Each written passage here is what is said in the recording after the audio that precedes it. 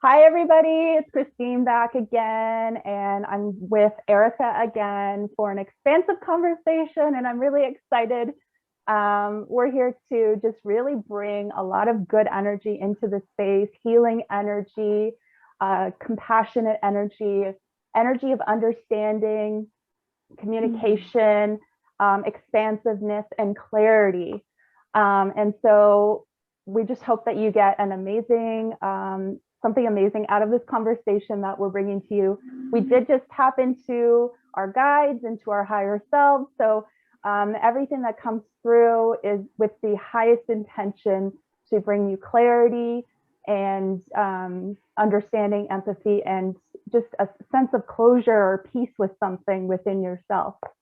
So yeah, so I love doing these conversations. So I just wanted to say thank you so much for joining me, Erica. You're an amazing soul, and I'm just really grateful to have you here today and that you agreed to chat with me again. So I loved our last conversation, and there's just so much more we can talk about because we both do a lot of healing type work.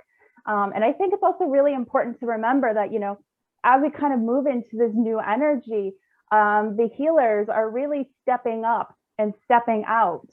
And I think that's really important for us to remember, is that we don't need to play it small anymore. For a long time, I think healers, anybody who worked with energy or what Erica does with womb healing, that might not have been seen as, either as a positive thing. There's points in history where we would have been in a lot of trouble for what we do. And our lives would have been threatened and stuff like that. But as we're moving into this Aquarian energy, I do feel that this is our time to really step out. So if you guys watching are healers, or you feel an inclination to healing, or to some sort of an intuitive ability that you have, don't be afraid of it. Let yourself explore, because this is really important. We're here to really support the human collective, ourselves, our ancestors, and just make some big shifts, in the way that things are being done. I would imagine that some of you guys probably identify, I know I identify with the indigo child, like take the system down and like, let's create something better, in its place. And then there's many crystal children and rainbow children that are more like heart-centered, and they're just here to just be the light. And I think we're all doing that as well. Like we're doing all of these things. So I'm just so grateful to be able to connect with everybody and to connect with Erica. So Erica, do you want to just like quickly introduce yourself again? I know we did before. Sure. Yeah, thank you so much for having me. My name is Erika. I am a holistic pelvic care practitioner and writer. And I loved what you said about just that energy of understanding, because I think that's kind of at the heart of my work with women, either women who are experiencing pain in their bodies, or diagnosis with, whether it be cancer or autoimmune disease. But I also think just women who are looking to do it a different way, and who are looking to establish a deeper intimacy with their bodies than they might have before. And I think a lot of that comes from understanding our bodies in a different way than perhaps we have previously. So that phrase just kind of jumped out of the things that you said. Oh, so glad. Well, you're really stepping into this divine feminine too. Like I think in a lot of ways, and I'm getting chills like right now, I'm getting goosebumps. What you're bringing, and I'm bringing too, and I'm sure many of our listeners are bringing too, is this sort of divine feminine energy, right? And it's really about like releasing any and all shame around the feminine, including the body, like the physical body, but as well as, what the feminine is here to do, which is, hugely transform everything that has been going on, coming back into that heart space rather than just in the mind, right? So we're coming out of like a lot of the Atlantean stuff is surfacing, and I'm sure some people have noticed that. I've certainly noticed that. And I've had many visions and memories come in of being, I was an engineer in Atlanta.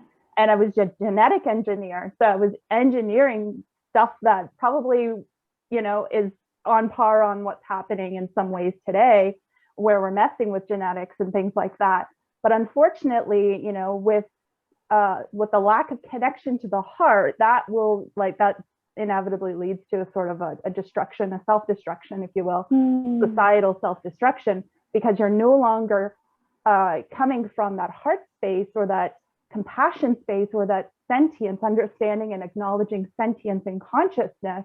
And so there was, you know, in that lifetime, it was, you know, I used to go to the dolphins. I would go to the beach and I would connect to the dolphins because they're very psychic as well. And I noticed that it was like, you know, this was working through some past life memories with a friend of mine, but, you know, the dolphins are very sentient and conscious beings, and they're very heart-centered. And so connecting to them and connecting to other beings that were in the sea, it was like, oh, okay, there's something really wrong about all of this just mind stuff, right? Because that is that masculine energy, which again, is nothing bad about it, but some of it has been hijacked for sure, right? And so we're bringing in this divine feminine, which is like that nurturing energy, compassion energy, heart energy, empathy, all of that stuff, which is, you know, I think a lot of women too, you know, especially women who are really stepping into a success track or a career track, are encouraged to be more masculine in their approach.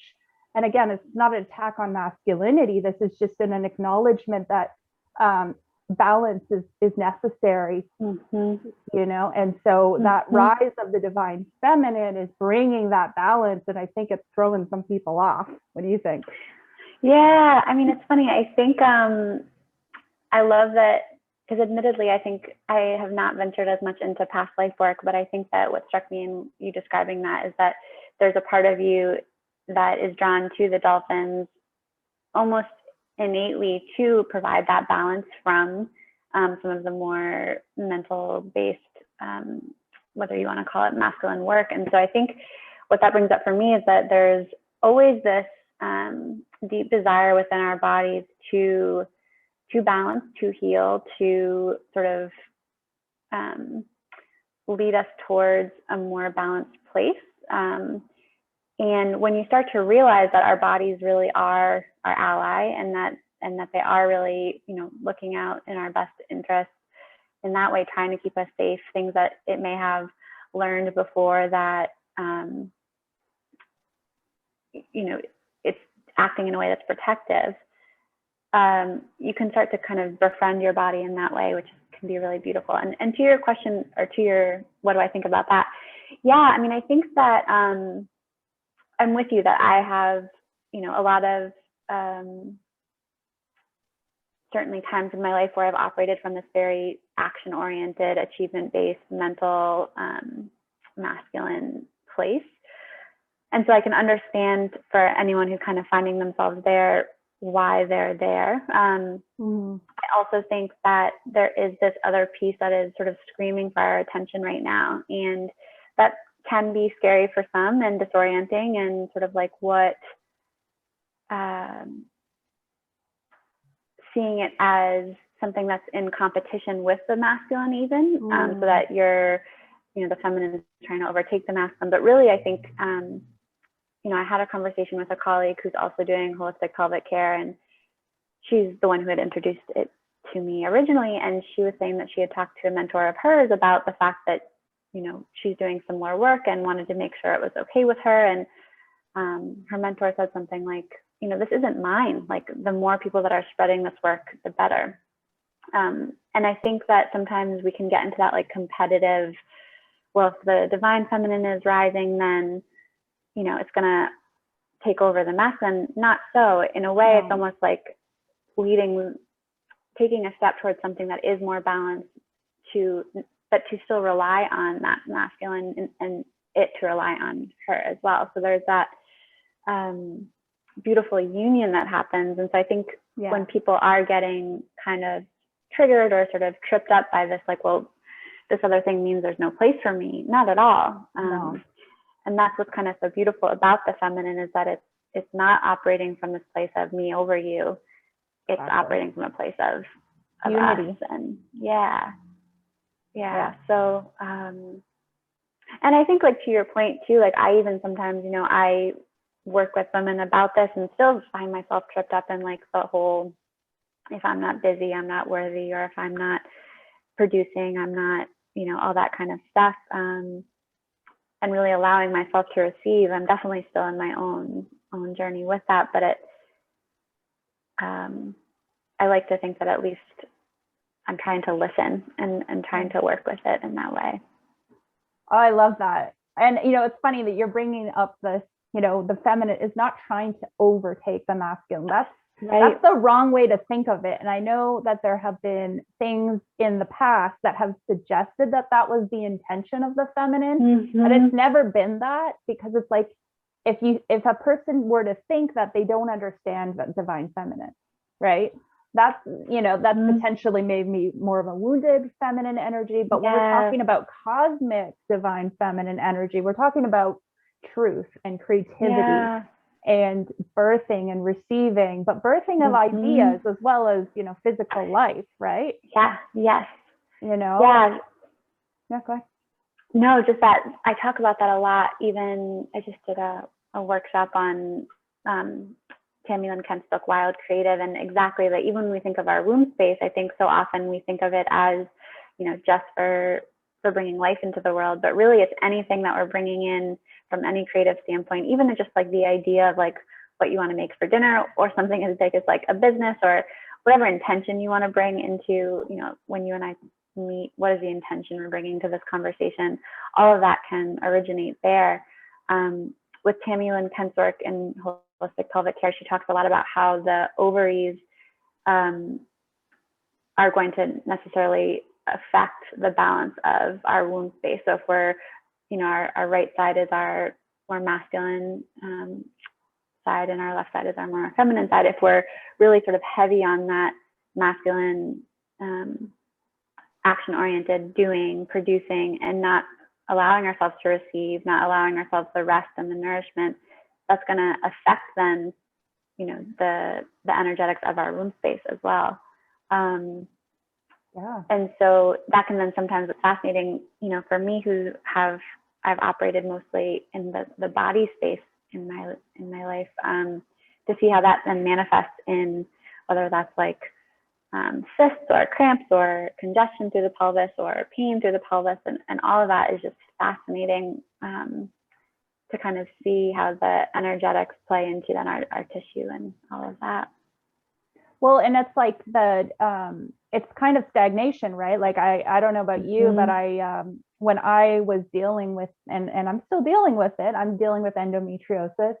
And, for years and years and years, it's like I went with conventional medicine at first. It didn't really do anything for me. It was like, here's some painkillers and maybe birth control. And I'm like, well, I'm allergic to that. So not the birth control thing is unfortunate go-to, I feel like.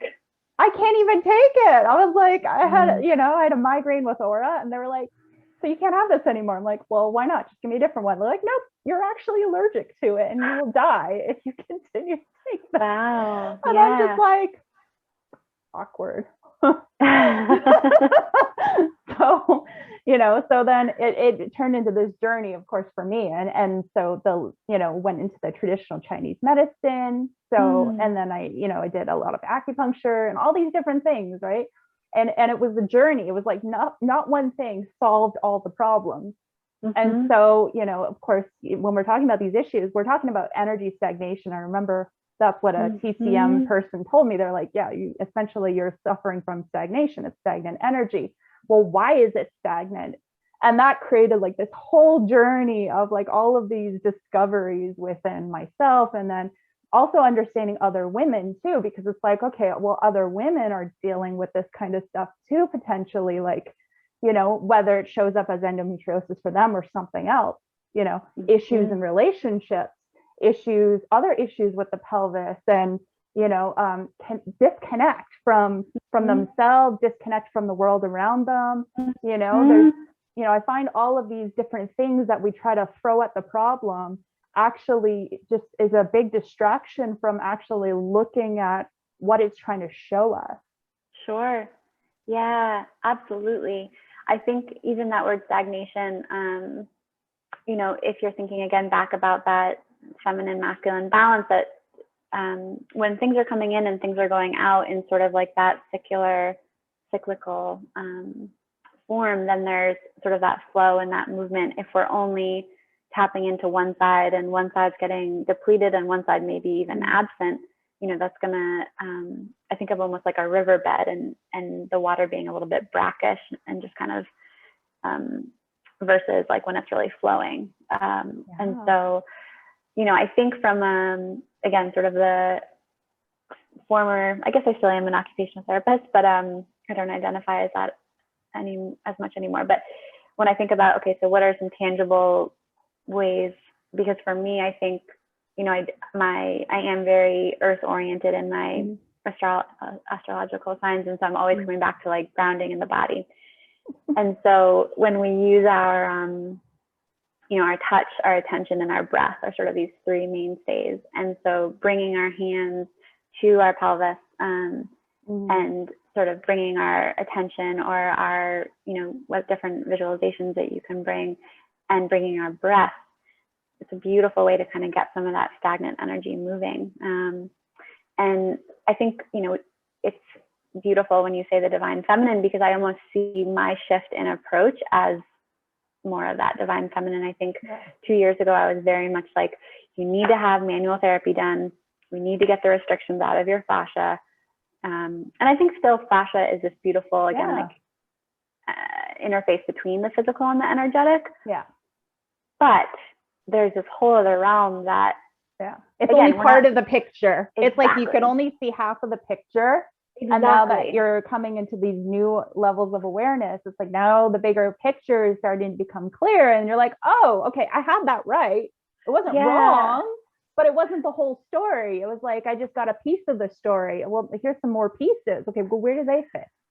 Exactly. And it's funny, as you're talking, I'm even thinking like, it's not that, it's like this other piece is coming in, the feminine. It's not saying that like the masculine, that body work is wrong, but it just can't be standalone, right? We need to have that union between the two.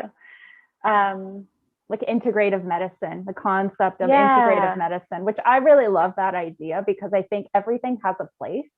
But it's like when you try to solve all the problems with one thing, it's like it has its limit. Totally. Absolutely. You know? Absolutely. Yeah. And I think too, one of the things that I love about using, again, sort of those three tenets, the touch, the attention, and the breath, is also, to your earlier point about like the energy of understanding, like it helps you to really, you know, the word embody is thrown around so much these days, but like to really actually kind of get inside your own system in a way that sometimes when you have solely hands-on by someone else, I think you're not getting that same feedback.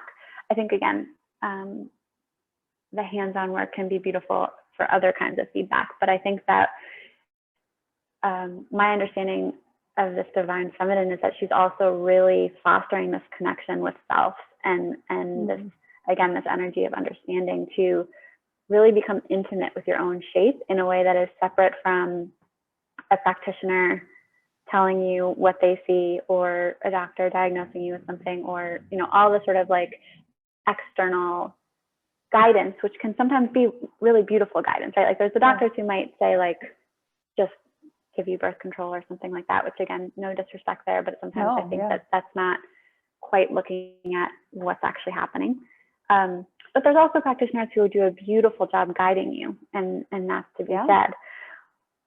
And there's this other piece, again, of relationship with self. And I think for me, you know, I've had some kind of pain in my body now for 17 years, which is pretty wild. I was doing the math the other day and I was like, that's insane. But it's really only been in these last few years that I've actually, you know, and I've written about this before too, but just like ask my own shape, like, what do you have to tell me? How is it going? What do you need me to know? Before there was this element of managing her due to things that I not only thought were good for me, but like felt good, right? Like different movement practices or eating a certain way or meditating, all that kind of stuff. But it was always like, I heard about it out here, and now I'm going to just sort of put it on you because I've read it's good. As opposed to like looking in and saying like, what is it that you need right now? Like, I am with you.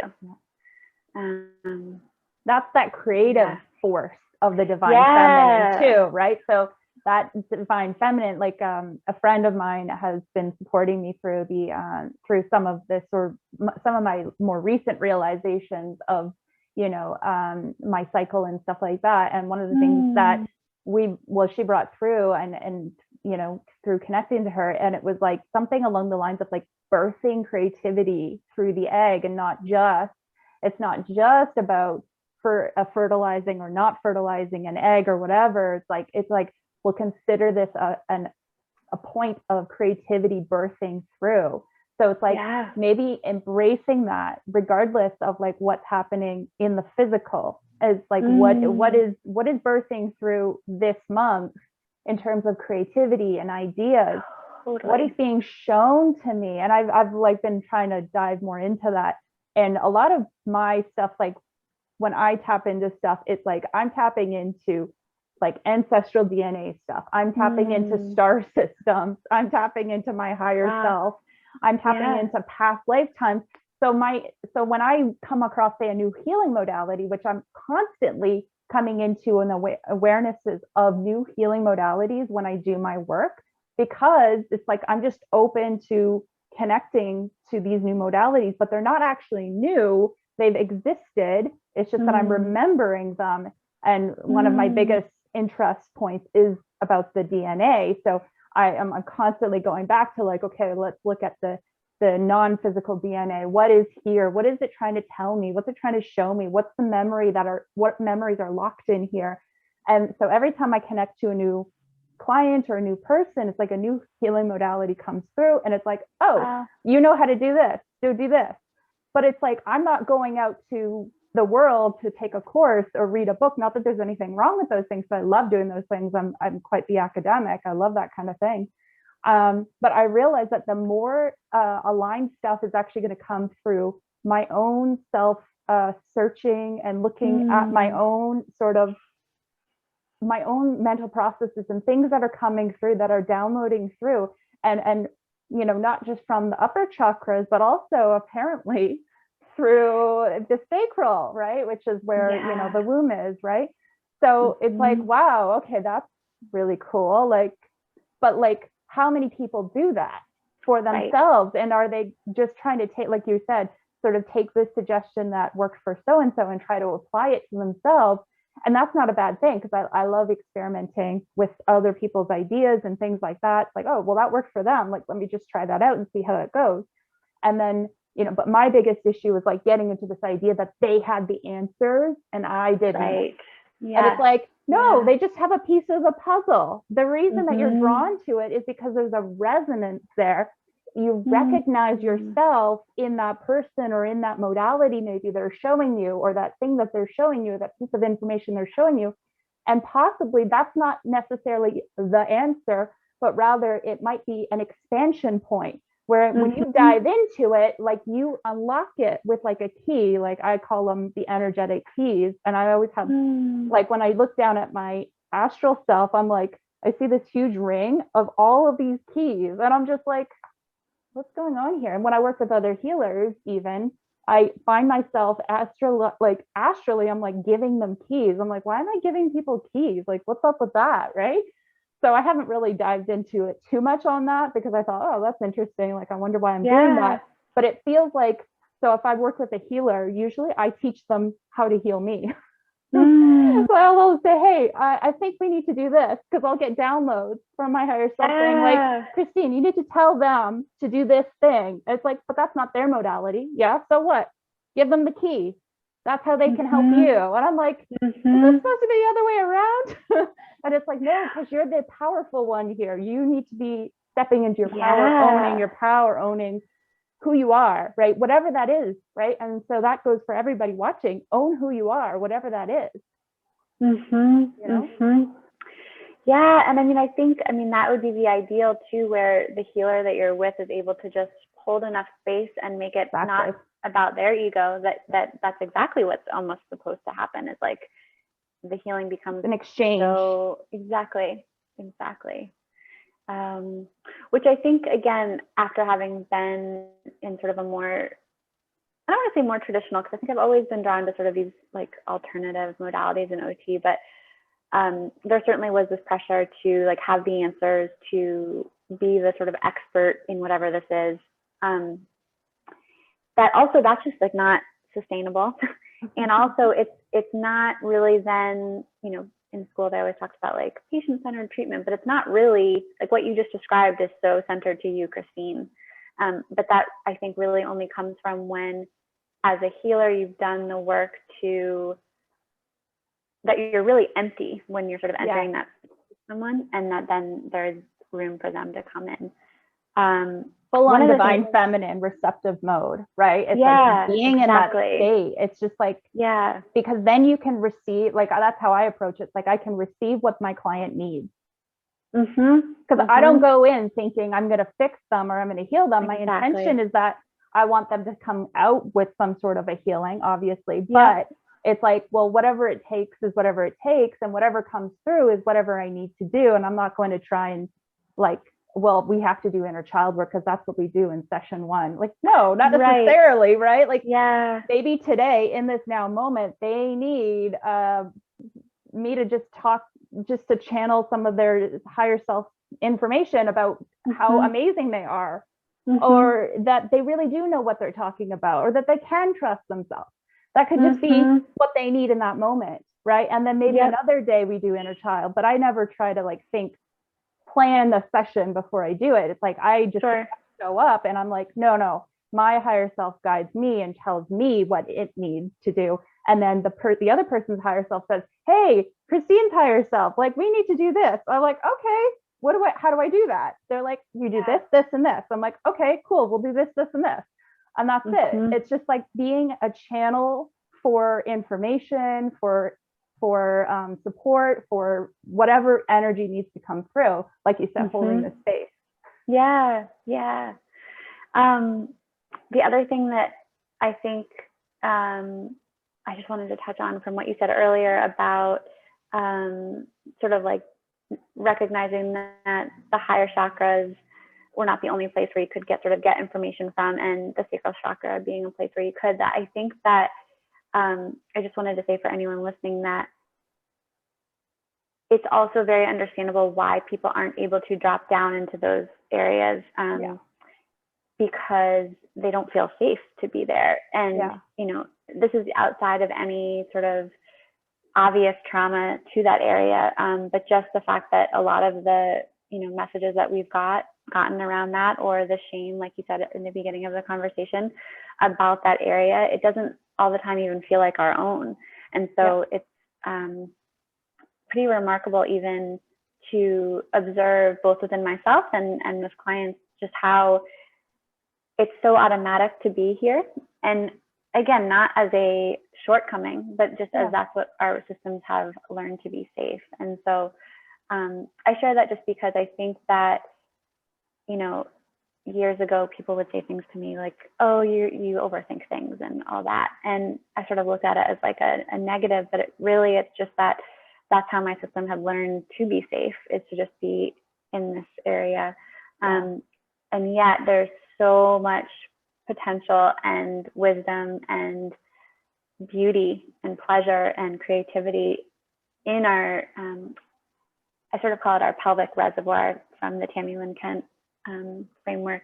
I haven't studied as much in the chakra, though I'm familiar with it just from my travels. But so when we think about that pelvic reservoir and just how much there is there, and then the heart and the chest reservoir, and then sort of that reservoir around our skull. And if you even think of it from, you know, the anatomy lover in me, that like our pelvis sort of protects, the bones of our pelvis protects our bladder, our uterus, and our rectum, and our ovaries. And then our rib cage protects our heart and our lungs. And, you know, sometimes I've heard it said that our breasts are the antlers of our heart. So it's sort of like those beautiful things flowering out. And then our skull, protecting our brain and all of that. And so it's, there's just such sort of sacred organs as well within these more physical structures. And I bring that to say that I think people are quick to understand the sort of sacredness of the brain, right? Like they're like, oh, you know, that's such a beautiful thing, but we have these other organs that we just don't spend as much time with, that, you know, have just as much life and as much power, and to treat them with the same kind of reverence, I think would be a beautiful thing. So yeah, I love that. I love that. It's like every part of the body has a purpose. And just because we don't know what that is doesn't mean that it's not there for a purpose.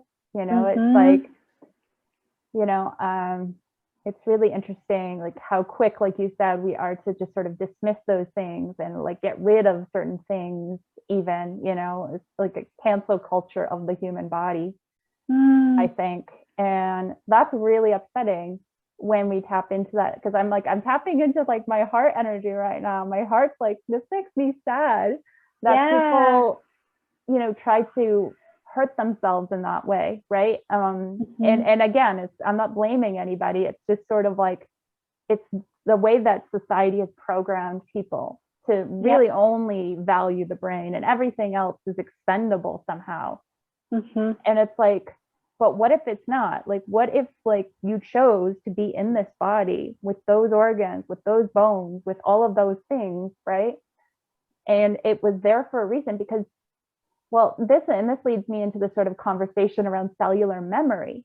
And this is where the DNA stuff gets into as well. So I did this whole interview on like, you know, well, I had this huge download about how DNA was corrupted and all of this stuff, and how it's all linked to everything that has been done to the human race over thousands of years. So I'm talking about, you know, other civilizations that existed and stuff like that.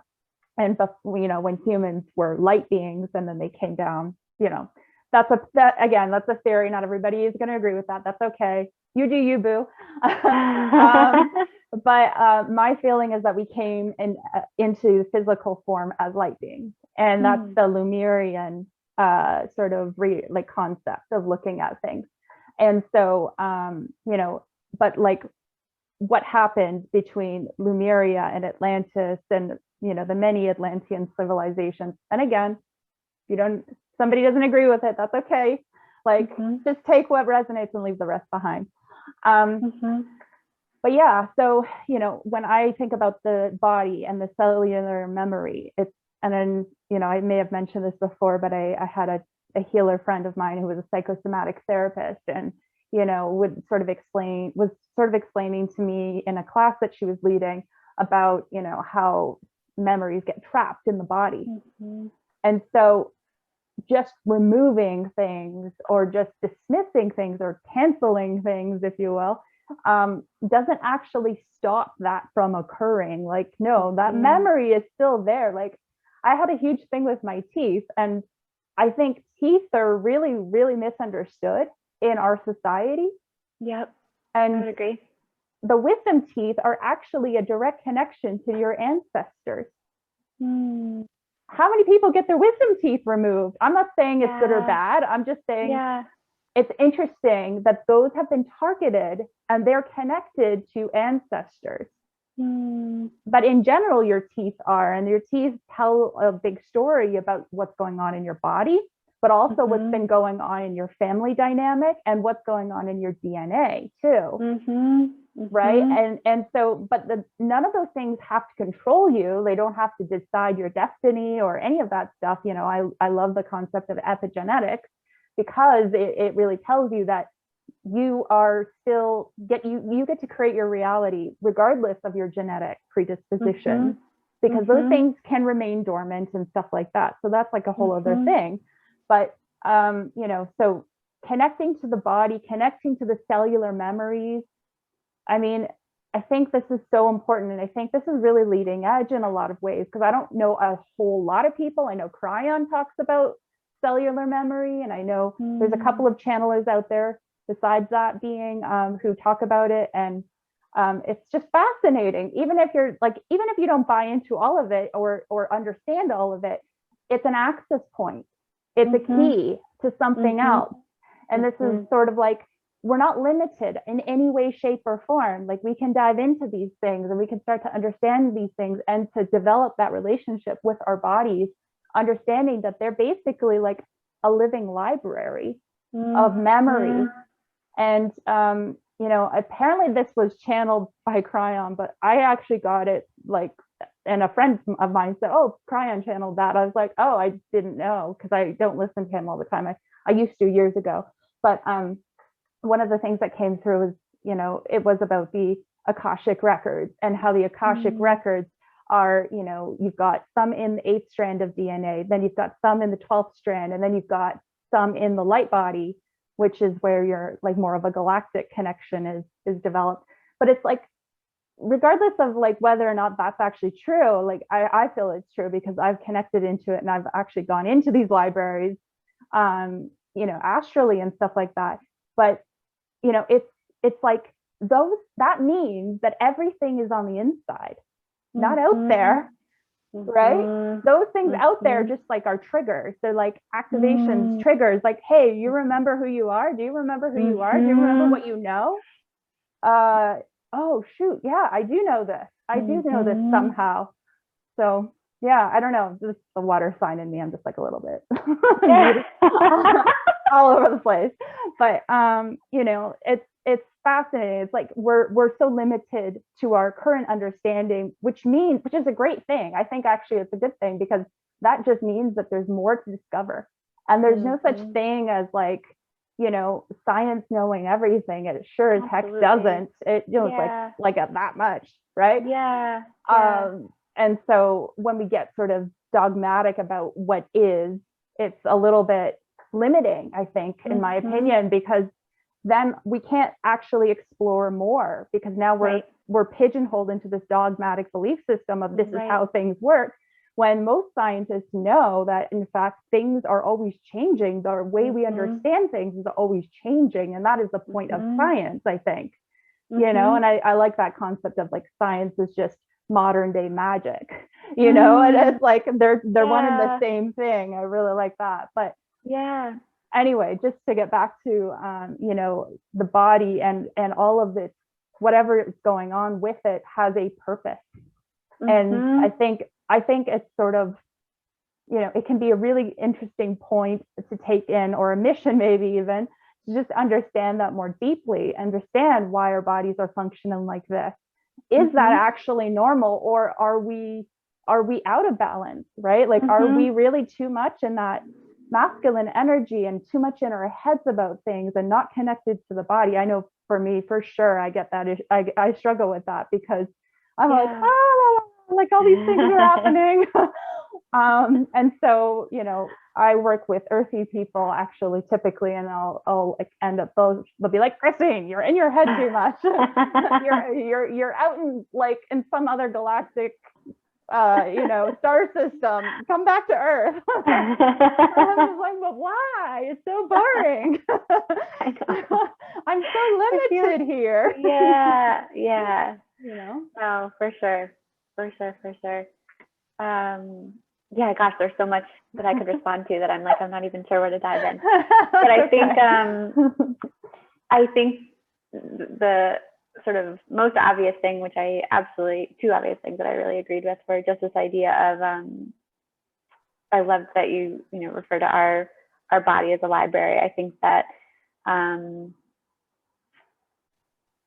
again, I used to think of that in a purely fascial perspective, that when you hit your head on the cabinet when you were 3 years old, that's going to show up in your fascia. But I think even as I've learned through Tammy Lynn Kent, that our ancestors and sort of the different experiences or traumas they've had really do reside within even our pelvic bowl. And she has this beautiful example of those little Russian dolls, where she has a big bowl and then a series of little bowls inside of them. Actually, I have bought a similar thing for myself to remind me of this, but it's just that this idea that we're kind of cradled within our mother's womb, which was within our grandmother's womb and our great grandmother's womb and all of that. And she even says that like when our grandmothers had our mother in their womb, yeah, mother had all of the eggs that she was ever going to have. So you were in essence in your grandmother's womb, which is just like really incredible to think. Mind blowing. Yeah. And like, that's one where it's like from a purely, if you want to get all scientific about it, like purely physiological stance, and like your cells are, you know, getting imprints chemically from the environment that it's in. So it's like a direct line really to your grandmother. And then that goes even further and further back. So I think when I remember when I first was learning this concept, I was like, oh my gosh, I'm doomed then. Like, right, this just seems like too much. I now have to not take care of just myself, but this whole thing. But I think I've heard it said like it's just one big repair project that, you know, the goal isn't perfection. The goal is, again, energy of understanding. And we can be sort of putting our hand out to like this big train that's been going on of a pattern in our family for years and years and years, and say, not with me, and to kind of stand in our power and say, I love that. You know, like I was talking with a friend the other day about how my family has definitely been known to plan quite a bit. And she was saying, you know, that sort of planning and need to plan served a purpose at some point. Yeah. You know, whatever lineage you want to look at, that again, for safety, for survival. At this point in time, you can say, you know, I'm okay. I don't need to operate in that way anymore. And then sort of shift things for generations to come. So I think where at first it felt overwhelming, when you take a step back, it actually becomes very empowering, because you can say, there are these things that I can do to make some shifts, and again, to do it from a place of compassion as much as you can, that understanding that everyone serves some purpose at some point. Yes. So much of that, like, it's so true, because that's part of what I call shadow work, well, you know, it is shadow work, but I like to call what I do when I take people through their shadow walking. And so it's like, you know, it's okay to like explore these things, and then having, you know, somebody there holding a light for you, saying, hey, it's okay. You know, you're all right. I got your back, and you're safe. And, you know, but at the same time, it's like also good to take time and just to integrate things that when they come up, it's like, okay, like this is something my grandmother did, or blah, blah, blah, somebody else in my family did. Okay, well, you're not responsible for them and their choices, right? Yep. But you can also, like you said, you know, you can choose that you're not going to continue that pattern. Like, no, I don't think that's going to continue. I'm going to allow that to stop. I'm going to be empowered to stop that pattern, you know, and get support if I need help stopping that pattern, whatever it may be. But being, like you said, being really gentle with yourself, because that's the key here. It's like, we can talk about all of this heavy trauma stuff, and then, you know, get really overwhelmed by it, and then think, oh my God, like I'm never going to, like, I knew somebody who had, you know, who had always said, you know, when is the healing going to stop? Like, when can I stop doing this? And it's like, I get it. Trust me, I get it. Like, I really do. I really get it. Totally. But I've also come into this awareness that, like, it doesn't need to be a burden. It can be something empowering, like in the same sense that, like, we, you know, I think we spoke before, I choose to take a shower because it feels good. I could get frustrated and think, oh, I always have to shower. How frustrating is that? Is it ever going to end? I'm like, well, it could end anytime you want. Totally. Right? I just don't think the people around you are going to appreciate it all that much. But that's just my opinion. I love that analogy. So true. And I think too, right? Like, because whoever said that to you, I resonate with that so much, because sometimes I'm even like, oh my God, there's so much to do. I think though, it's like, are you coming at it from a place of, I need to get rid of trauma? I need to get rid of the dirt? Or are you coming from it from a place of like, it feels so good when I shower. It feels so good when I feel connected to myself. It feels so good when I have deeper understanding into myself. And also, like, as you know, I'm sure in working with clients, it's not going to be a feel good situation all the time. There's going to be parts that are really messy and really uncomfortable. And, you know, not to keep on being like, Tammy Kemp, but I'm in love with her material at this moment. But she talks about how we're going to have to get her contact details so people can explore her content if they're resonating with it. A beautiful, beautiful woman. And she's kind of stepping now into this more elder role. I don't know exactly her age, but she's been in the game for a while. But she says that when you are expanding, especially in your creativity, there's going to be that sort of sense of like, am I doing this right? I'm feeling uncomfortable. I'm feeling like I, you know, almost need to ask for permission. And that's when you kind of know actually you're doing it right, is because you're digging into new edges that, you know, are going to feel awkward at first. But just to kind of keep with it. So I bring that up to say that this healing work, on the one hand, I love the shower analogy. I think that is so true, that if you were even to just like be like, I'm not doing this anymore, your body wants to heal. So it's probably going to then whisper sooner or later, like, how about we just a little, just a little bit. Just spend 3 minutes. I think too that this brings up for me, I want to say that I think healing can become its own addiction as well. Like I don't really love the word addiction actually, so I'm going to take that back. But you know, in the same way that like exercise, you can kind of look at it as this like almost like obsessive thing. Healing to sort of become perfect can become its own thing for sure.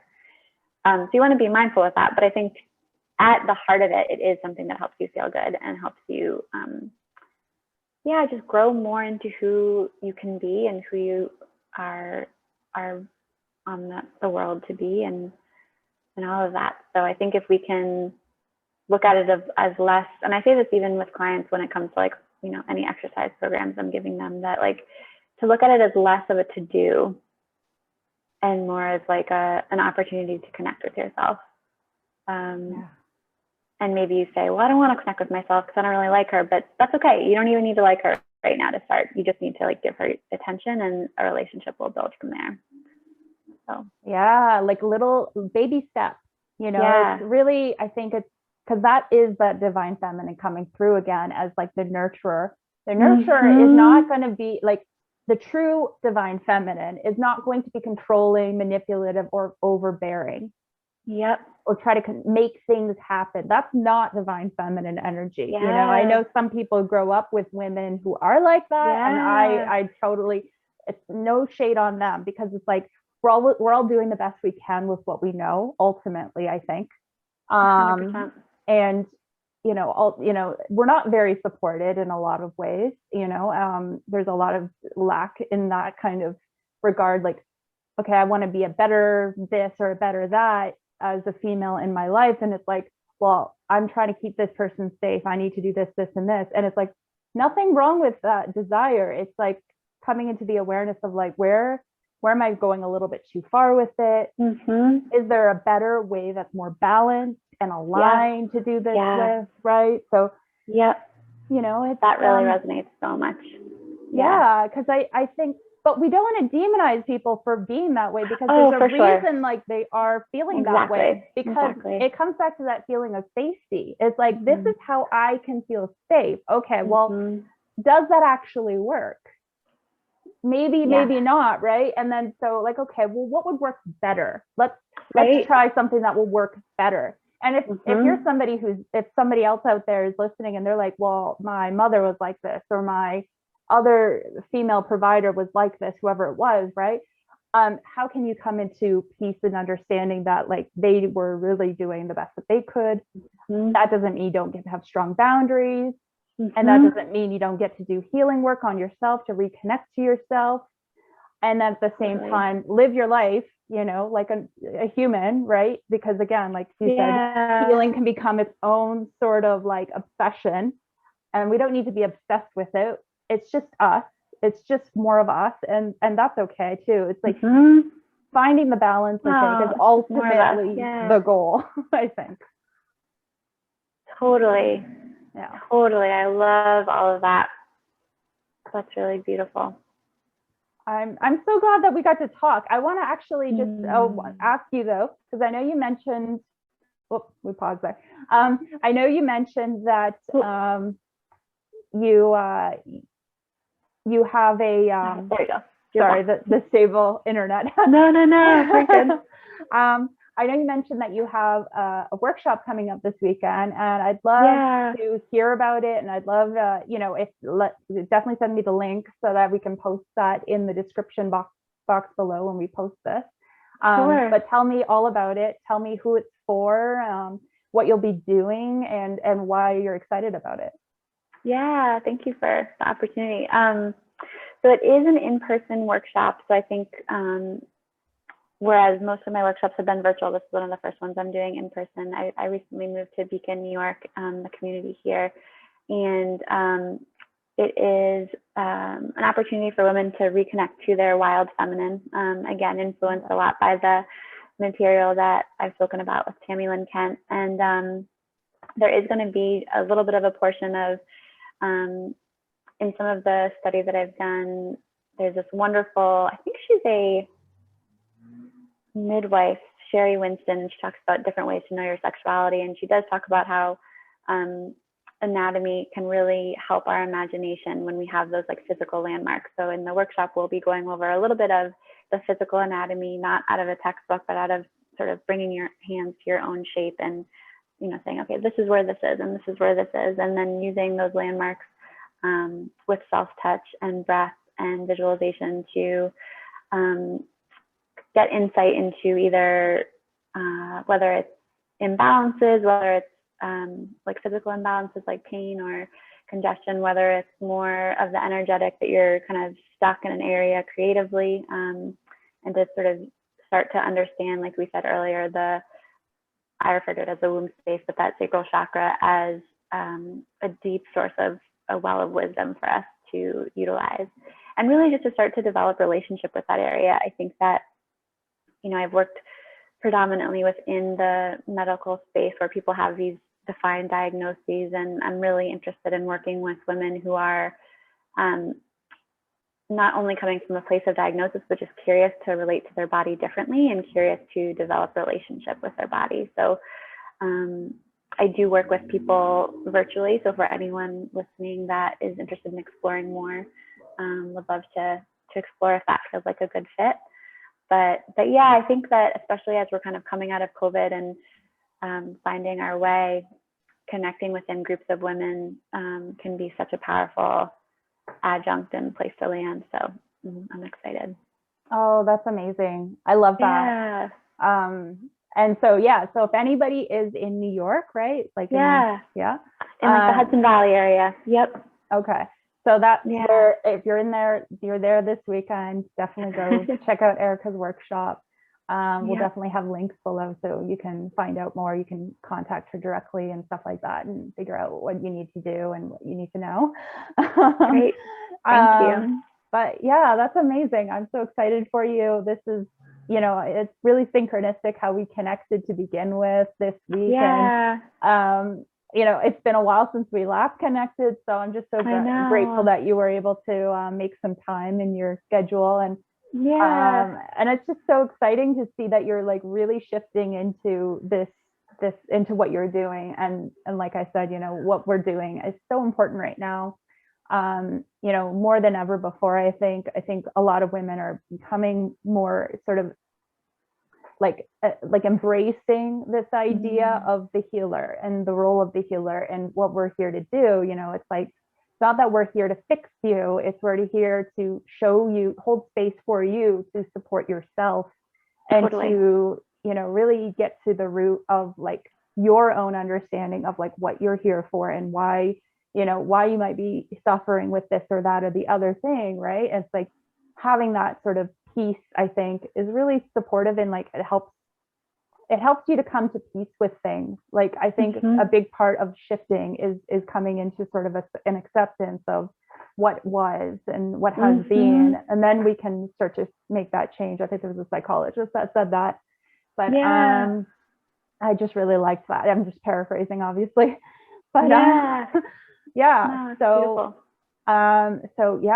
and if anybody is wanting to connect to me, I'm going to be putting my links in the description below as well. And I have some, I'm right now putting a lot of content on this group platform. It's called the Open Mind Society, and it's for anybody who's interested in talking about things that have not been allowed to be spoken on mainstream social media. So we go into lots of different topics, but without the sort of you're not allowed to say that kind of thing. Because I think expression is really, really important. I'm all about that throat chakra energy. Yes, so much so, especially like spoken word. Yeah, we need to be able to talk about things, you know, and it's like when there's groups and things out there that are trying to shut that down, I think it's really important that we have a space that we can do that and and stop suppressing our throat chakra, you know, and it's happening physically as well as energetically. And I did a whole, you know, thing on that, talking about that. But so the other places that people can find me are on my Patreon, which will also be below. And then you can also work with me one-on-one. And I have some spots open in my program called Alchemy, and it's a 3-month program. So so that's what I got for me. Is there anything else you want to say to everyone listening, Erica, that to end off in? No, I think that if you're still with us, thank you for even taking the time to explore and understand in this way. You're already doing it. And if there's any way that either of us can support you further, we're here. Yes, I agree. I second that.